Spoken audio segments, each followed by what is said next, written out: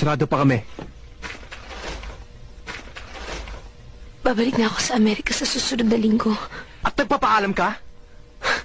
Aren't you 3 years too late? Sorry. Sorry? Na ginago mo ko? Na pinagmukha mo kong tanga? Alex, hindi ko naman ginusto. How dare you! Naghintay ako, Ana. Pinaasa mo ako. Pinakamalagang araw yun sa buhay ko. Nating dalawa. Pero iniwan mo ko. Hindi mo kailanman malalaman kung gaano mo ako nasaktan. Natakot ako na baka masira ang buhay mo nang dahil sa akin. To leave it all behind. I wanna